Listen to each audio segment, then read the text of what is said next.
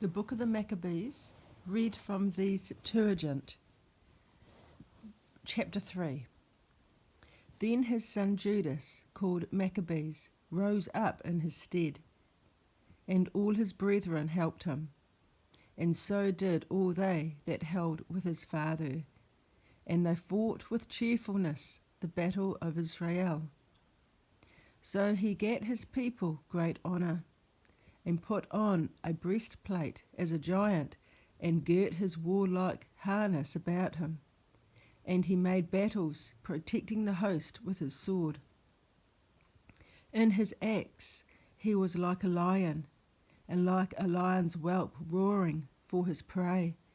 For he pursued the wicked, and sought them out, and burnt up those that vexed his people. Wherefore the wicked shrunk for fear of him, and all the workers of iniquity were troubled, because salvation prospered in his hand. He grieved also many kings, and made Jacob glad with his acts, and his memorial is blessed forever. Moreover, he went through the cities of Judah, destroying the ungodly out of them, and turning away the wrath from Israel, so that he was renowned unto the utmost part of the earth, and he received unto him such as were ready to perish. Then Apollonius gathered the Gentiles together, and a great host out of Samaria, to fight against Israel. Which thing when Judas perceived, he went forth to meet him, and so he smote him and slew him. Many also fell down slain, but the rest fled.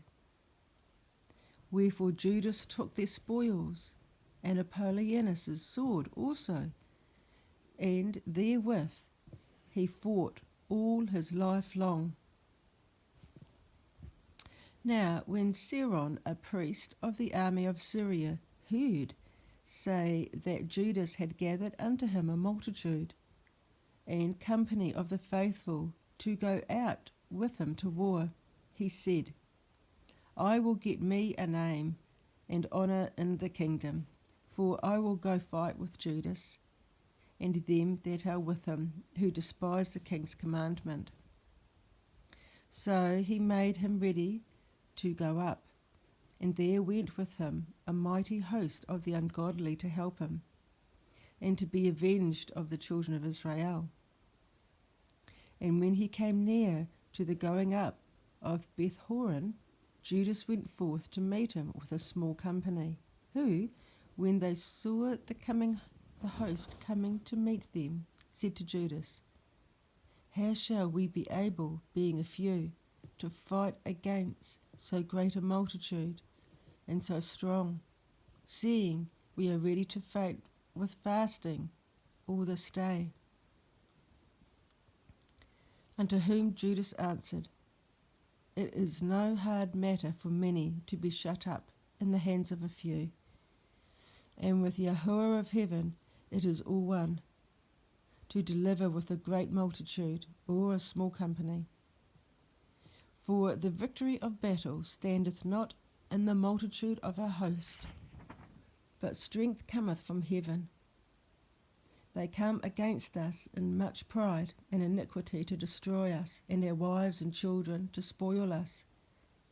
But we fight for our lives and our laws. Wherefore the Lord himself will overthrow them before our face. And as for you, be ye not afraid of them. Now as soon as he had left off speaking, he leapt suddenly upon them. And so Seron and his host was overthrown before him.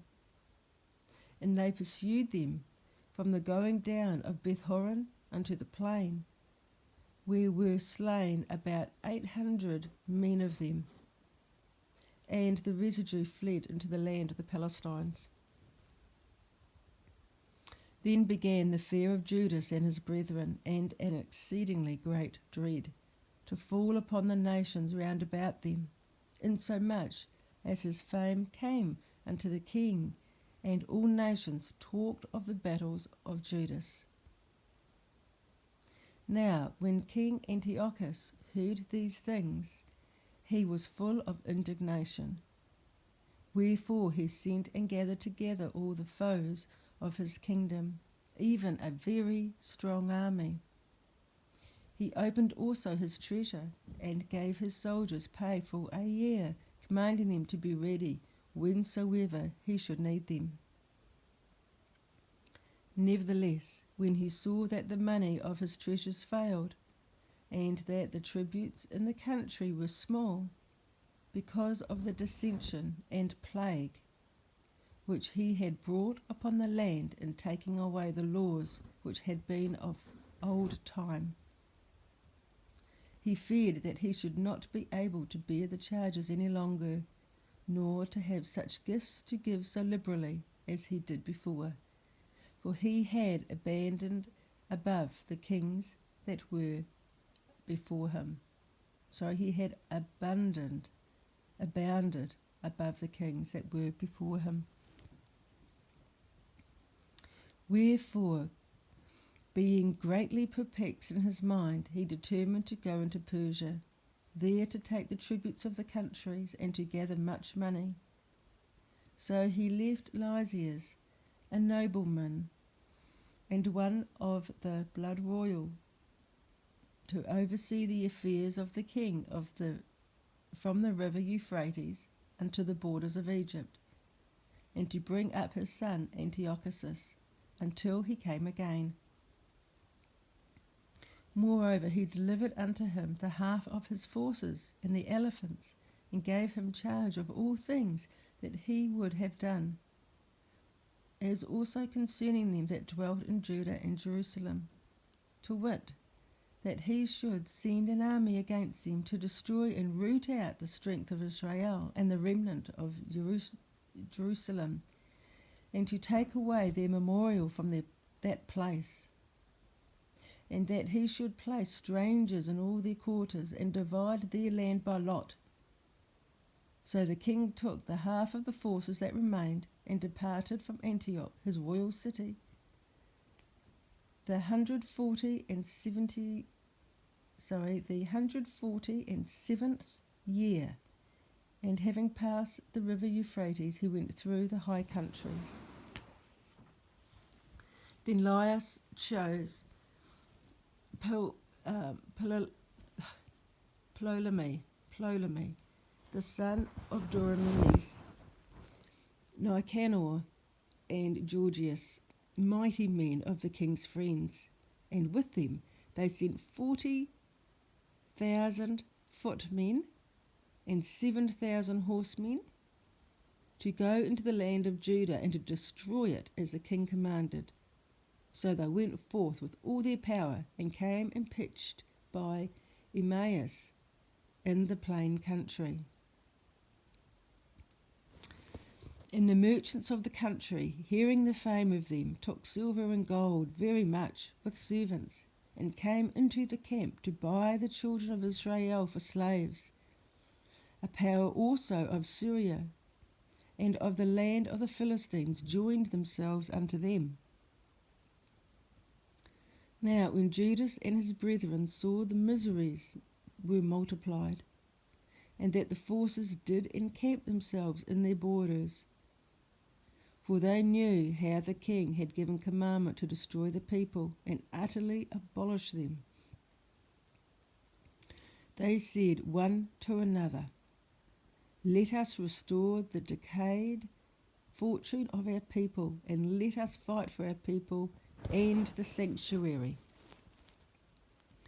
Then was the congregation gathered together, that they might be ready for battle, and that they might pray and ask mercy and compassion. Now Jerusalem lay void as a wilderness.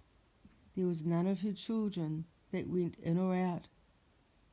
The sanctuary was trodden down, and aliens kept the stronghold.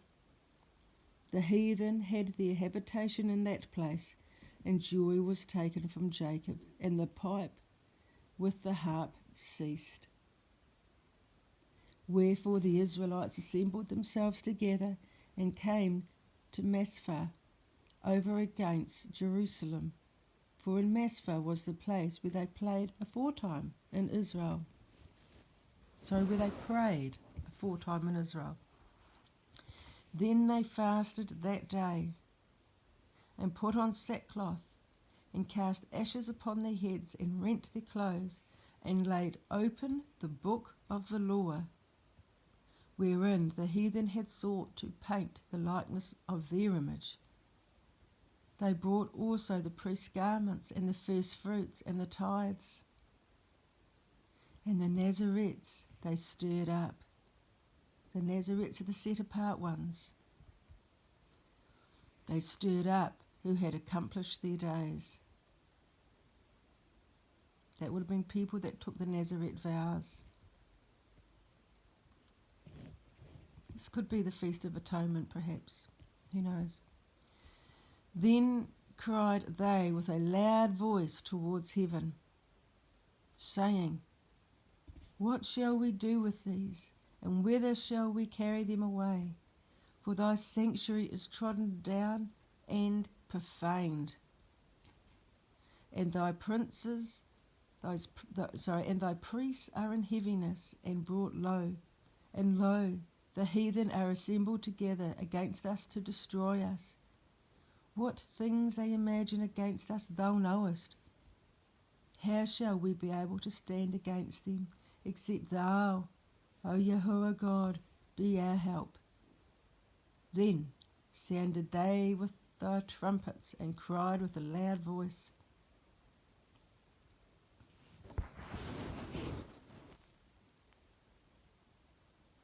And after this Judas ordained captains over the people, even captains over thousands, and over hundreds, and over 50s, and over 10s.